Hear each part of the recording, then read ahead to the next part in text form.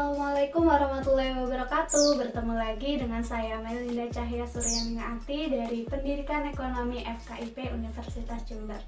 Bagaimana kabarnya hari ini? Semoga tetap baik.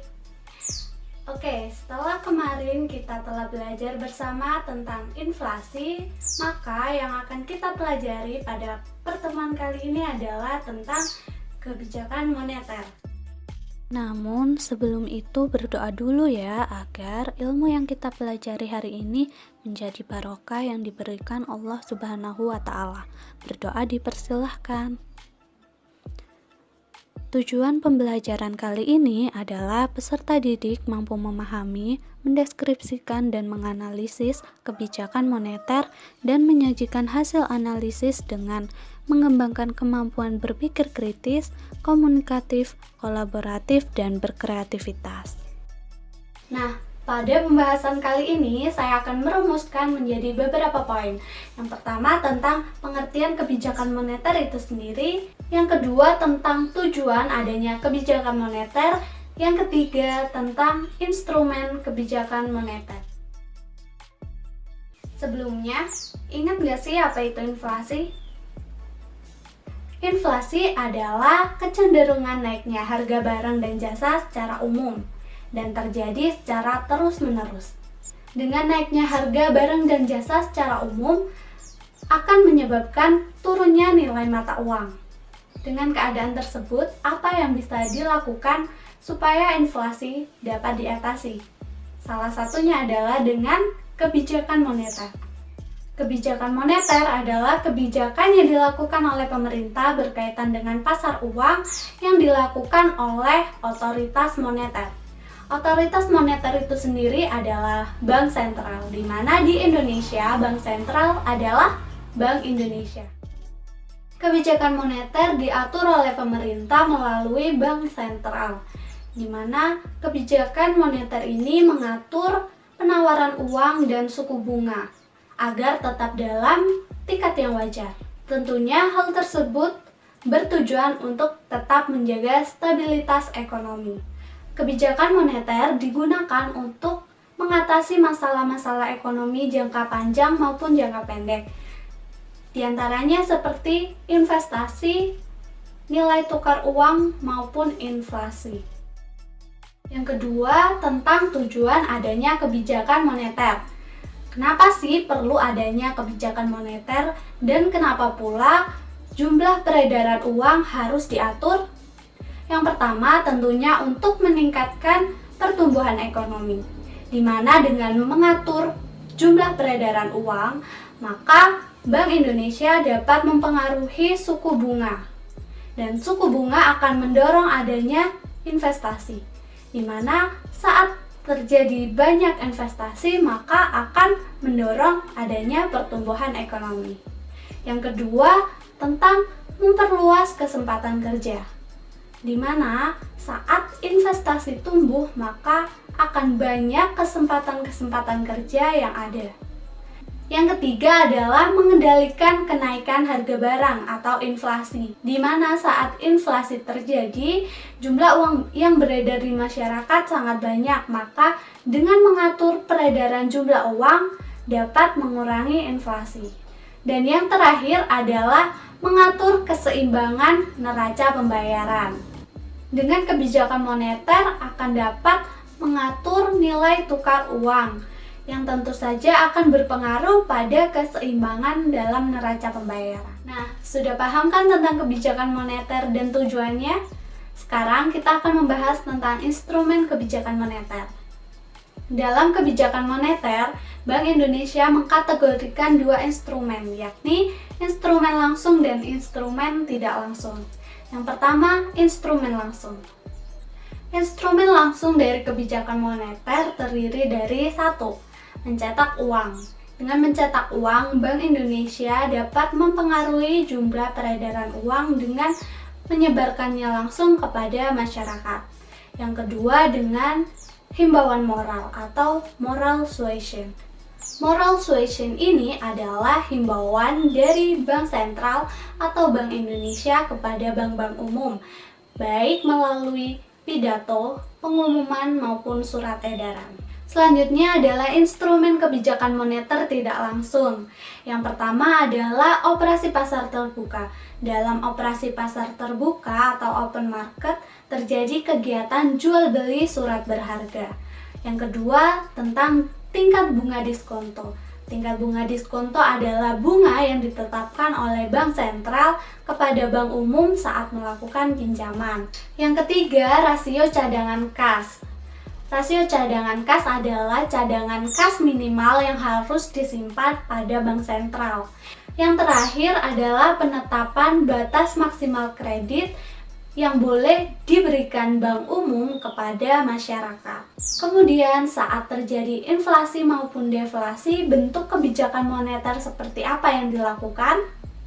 Ternyata saat terjadi inflasi, bentuk kebijakan moneter yang digunakan adalah kebijakan uang ketat atau tight money policy, di mana kebijakan ini sering disebut juga dengan kebijakan kontraktif.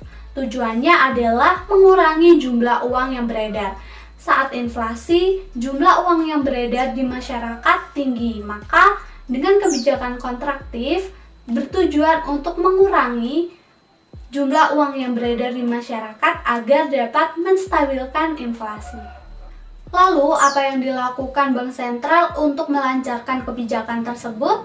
Yang pertama, Bank Sentral akan menaikkan tingkat suku bunga diskonto, di mana saat tingkat suku bunga diskonto naik, maka akan mempengaruhi tingkat suku bunga pasar, di mana masyarakat akan jadi cenderung menabung daripada meminjam di bank.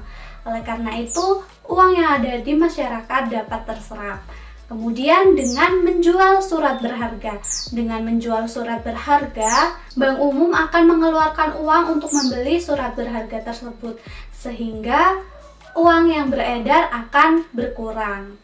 Kemudian yang ketiga adalah dengan menaikkan cadangan rasio kas. Dengan menaikkan cadangan kas yang harus disimpan di bank sentral, maka kemampuan bank umum akan berkurang dalam pemberian kredit karena besarnya uang yang dimiliki bank umum harus disimpan sebagai cadangan kas. Sedangkan yang disalurkan kepada masyarakat dalam bentuk kredit akan berkurang. Dengan begitu, jumlah uang yang beredar akan berkurang. Yang terakhir adalah dengan mempererat syarat-syarat pemberian kredit atau mengurangi pemberian kredit, karena dengan begitu masyarakat tidak akan mengajukan pinjaman atau mengajukan kredit sehingga jumlah uang yang beredar dapat berkurang. Lalu saat terjadi deflasi, kebijakan moneter seperti apa yang ditetapkan? Tentu saja adalah berkebalikan dengan saat terjadi inflasi, di mana saat terjadi deflasi, bentuk kebijakan moneter yang ditetapkan adalah easy money policy atau kebijakan uang longgar. Disebut juga dengan kebijakan ekspansif.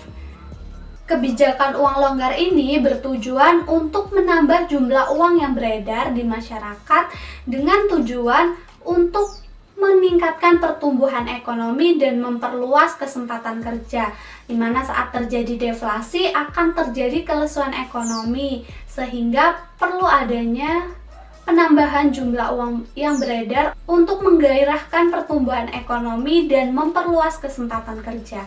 Nah, kebijakan ini berlawanan dengan kebijakan uang ketat, di mana dalam kebijakan uang longgar, upaya yang dilakukan adalah menurunkan tingkat bunga diskonto. Dengan tingkat bunga diskonto yang turun, maka juga akan mempengaruhi tingkat bunga pasar, sehingga masyarakat dapat melakukan kegiatan konsumsi maupun produksi dengan uang hasil kredit tadi dengan bunga rendah, sehingga dapat menggairahkan kegiatan ekonomi. Yang kedua adalah dengan menurunkan cadangan kas minimum yang harus disimpan di bank sentral. Dengan begitu, kemampuan bank umum memberikan kredit akan cukup besar. Selanjutnya, Bank Indonesia atau Bank Sentral juga akan membeli surat-surat berharga dari bank umum. Dengan begitu, uang dari bank sentral akan dikembalikan atau akan diserahkan kepada bank umum, sehingga bank umum mampu mengelola uang tersebut, mampu menyalurkan uang tersebut kepada masyarakat. Tujuannya adalah untuk menggairahkan perekonomian dan membuka lapangan pekerjaan. Yang terakhir adalah dengan melonggarkan syarat-syarat kredit, sehingga masyarakat tertarik dengan suku bunga yang kecil dan syarat-syarat kredit yang mudah, maka masyarakat akan tertarik melakukan kredit. Dengan begitu, masyarakat diharapkan menggunakan kemudahan-kemudahan tersebut untuk menggairahkan perekonomian. Sebagai catatan, jangan lupa di screenshot untuk halaman ini ya. Kemudian berkaitan dengan jumlah uang yang beredar, kita dapat mengetahui besarnya jumlah uang yang beredar dengan rumus JUB sama dengan 1/CK dikali alat liquid, di mana JUB adalah jumlah uang yang beredar dan CK adalah cadangan kas. Dari instrumen-instrumen kebijakan moneter tadi, kita dapat mengetahui besarnya jumlah uang yang beredar dengan rumus tersebut. Nah, agar lebih mudah memahami, kalian harap menjawab pertanyaan yang akan saya ajukan. Jika Bank Indonesia menetapkan giro wajib minimal atau cadangan kas minimum sebesar 8%, dan kemudian Bank Indonesia melakukan kebijakan operasi pasar terbuka dengan membeli surat berharga berupa obligasi senilai 100 miliar rupiah. Berapa jumlah uang yang beredar saat itu? Sebelum itu, kita harus mengetahui dulu kejadian apa yang terjadi pada saat itu. Apakah inflasi atau deflasi? Dari pertanyaan tersebut, ada sebuah pernyataan bahwa pemerintah membeli surat berharga sejumlah 100 miliar. Maka kita dapat mengetahui saat itu sedang terjadi deflasi. Nah, karena sedang terjadi deflasi, maka yang kita hitung adalah penambahan jumlah uang yang beredar. Berapakah penambahan jumlah uang yang beredar? Kita dapat mengetahui dengan memasukkan nilai tadi kepada rumus yang tadi dengan cara JUB atau jumlah uang yang beredar sama dengan 1 per cadangan kasnya sejumlah 8%. Jadi 1/8% dikalikan dengan 100 miliar. Kita temukan hasilnya sejumlah 1.250 miliar. Jadi penambahan jumlah uang yang beredar adalah sebesar 1.250 miliar rupiah. Wah, bagaimana nih? Cukup mudah dipahami kan? Ternyata materi kebijakan moneter ini sangat mudah dipahami ya. Baiklah, kalau begitu saya rasa cukup untuk pembahasan kali ini. Sampai jumpa pada pembahasan selanjutnya. Semoga kalian semua sehat-sehat selalu. Wassalamualaikum.